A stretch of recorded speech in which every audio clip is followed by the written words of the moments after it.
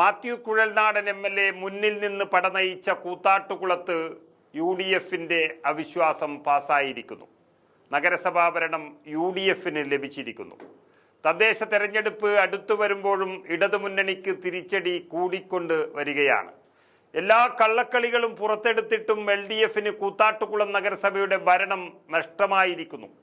ഉത്തരേന്ത്യൻ രാഷ്ട്രീയത്തെ പോലും നാണം കെടുത്തി ഭരണ സ്വാധീനം ഉപയോഗിച്ച് കൗൺസിലർമാരെ തട്ടിക്കൊണ്ടുപോകൽ വരെ നടത്തിയിട്ടും നാടകീയ സംഭവ വികാസങ്ങൾക്കൊടുവിൽ കൂത്താട്ടുകുളം നഗരസഭയിൽ LDFന് ഭരണനഷ്ടം തന്നെയാണ് സംഭവിച്ചിരിക്കുന്നത്. LDF അവരുടെ രാഷ്ട്രീയ പരാജയം സമ്മതിച്ചതോടെ 13 വോട്ടുകളുടെ പിന്തുണയോടുകൂടിയാണ് UDF കൊണ്ടുവന്ന അവിശ്വാസ പ്രമേയം വിജയിച്ചത്. അഴിമതി ഭരണത്തിനെതിരെ എല്ലാവരും ഒന്നിക്കുമെന്ന് കണ്ടപ്പോഴാണ് ആകെയുണ്ടായിരുന്ന 11 ഇടത് അംഗങ്ങൾ വോട്ടെടുപ്പിൽ നിന്നും വിട്ടുനിന്നത്. പക്ഷേ CPM വിമതയായ കൗൺസിലർ കലാരാജുവിൻ്റെയും സ്വതന്ത്രനായി വിജയിച്ച കൗൺസിലർ PG സുനിൽകുമാറിൻ്റെയും വോട്ടുകൊണ്ട് പ്രമേയം പാസാക്കിയെടുത്തു. നഗരസഭാ അധ്യക്ഷ വിജയ ശിവൻ, ഉപാധ്യക്ഷൻ സണ്ണി കുര്യാക്കോസ് എന്നിവർക്കെതിരെയായിരുന്നു UDFന്റെ അവിശ്വാസ പ്രമേയം.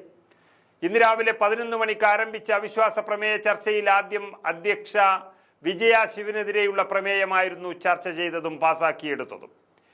ഈ 5ാം വർഷം വരെയും LDF മുന്നണിക്ക് ഭൂരിപക്ഷമുണ്ടായിരുന്ന ഒരു ഭരണസമിതിയാണ് ഇന്ന് പരാജയം ഏറ്റുവാങ്ങിയിരിക്കുന്നത്. അതായത് ആകെയുള്ള 25 അംഗ കൗൺസിലിൽ LDF 13, UDF 11, സ്വതന്ത്രൻ 1 എന്നിങ്ങനെയായിരുന്നു കക്ഷിനില ആദ്യം മുതൽ. അതാണ് LDF ഭരണം നടത്തി വന്നത്. എന്നാൽ ഇടതു വിമതയായി മാറിയ കലാരാജുവും സ്വതന്ത്രൻ സുനിൽകുമാറും പിന്തുണച്ചതോടെയാണ് ഇന്ന് അവിശ്വാസം പാസായത്. കലാരാജു CPM വിട്ടത് CPMന്റെ പീഡനം സഹിക്കാൻ വയ്യാതെയായിരുന്നു എന്ന് നമുക്കറിയാം.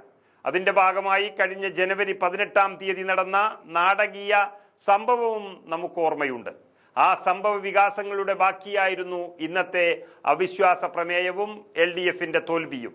അന്ന് LDF ഭരണസമിതിക്കെതിരെ UDF കൊണ്ടുവന്ന അവിശ്വാസ പ്രമേയം ചർച്ച ചെയ്യാനിരിക്കെ യോഗത്തിനെത്തിയ കൗൺസിലർ കലാരാജുവിനെ തട്ടിക്കൊണ്ടുപോയതാണ് CPM നേതൃത്വം.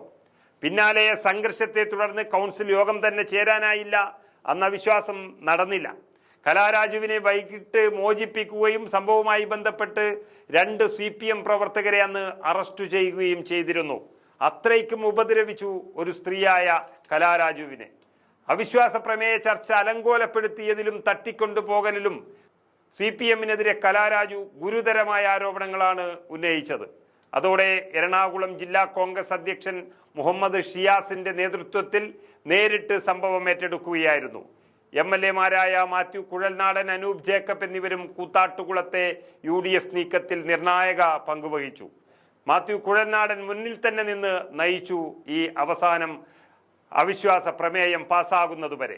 കലാരാജു ഉൾപ്പെടെയുള്ളവർക്ക് LDF വിപ്പ് നൽകിയിരുന്നു എന്നാണ് പറയുന്നത്.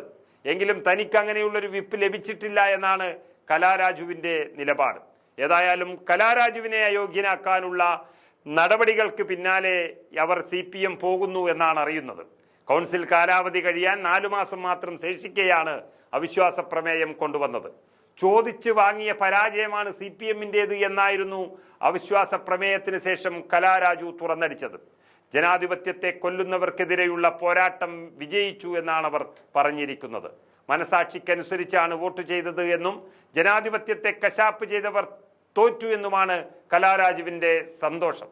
അവിശ്വാസത്തിൽ പങ്കെടുക്കാൻ വന്ന എന്നെയാണ് അവർ ഉപദ്രവിച്ചത്, തട്ടിക്കൊണ്ടുപോയത് എന്നും പതിറ്റാണ്ടുകൾ അവർക്കൊപ്പം പ്രവർത്തിച്ച ഒരാളായിരുന്നിട്ടും ഒരു ദയയും ദാക്ഷിണ്യവും കാണിച്ചിട്ടില്ല എന്നും അവർ തുറന്നു പറയുന്നു. തന്നോട് ചെയ്തതിന് ഇപ്പോൾ CPM അനുഭവിച്ചിരിക്കുന്നു. ഇനി UDFനൊപ്പമായിരിക്കും മുന്നോട്ട് പോകുക എന്നും കുതിരക്കച്ചവടമൊന്നും ഇവിടെ നടന്നിട്ടില്ല എന്നും കലാരാജു വ്യക്തമാക്കുന്നു. കഴിഞ്ഞ തവണ ബാഗടക്കം തട്ടിയെടുത്തതാണ് CPMകാർ. ബാഗിലുണ്ടായിരുന്ന പാസ്ബുക്ക് ഉപയോഗിച്ച് അവരുടെ അക്കൗണ്ടിലെ പണം തട്ടിയെടുക്കുകയും ചെയ്തു എന്ന ഗുരുതരമായ ആരോപണവും അവർ ഉന്നയിച്ചു. അയോഗ്യയാക്കിയാൽ സ്വീകരിക്കാനും തയ്യാറാണെന്നും CPMന് മറുപടി നൽകിക്കഴിഞ്ഞു എന്നുമുള്ള ഒരു പകവീട്ടലിന്റെ സന്തോഷത്തിലാണ് കലാരാജു. ഇന്നിതിന് മറുപടി കൊടുത്തില്ലെങ്കിൽ പിന്നെ സ്ത്രീയായി ജീവിച്ചിരുന്നിട്ട് എന്താണ് കാര്യമെന്നുള്ള തീഷ്ണമായ മറുപടിയാണ് അവർ CPMന് നേർക്ക് അഴിച്ചുവിട്ടത്. ഇത് ജനാധിപത്യത്തിന്റെ വിജയമാണെന്ന് മാത്യു കുഴൽനാടൻ MLAയും വ്യക്തമാക്കിയിരിക്കുന്നു. ഏതായാലും തെരഞ്ഞെടുപ്പുകൾ അടുത്തെത്തി നിൽക്കുമ്പോൾ കിട്ടിയ ഈ അടി LDFന് തിരിച്ചടി തന്നെയാണ്.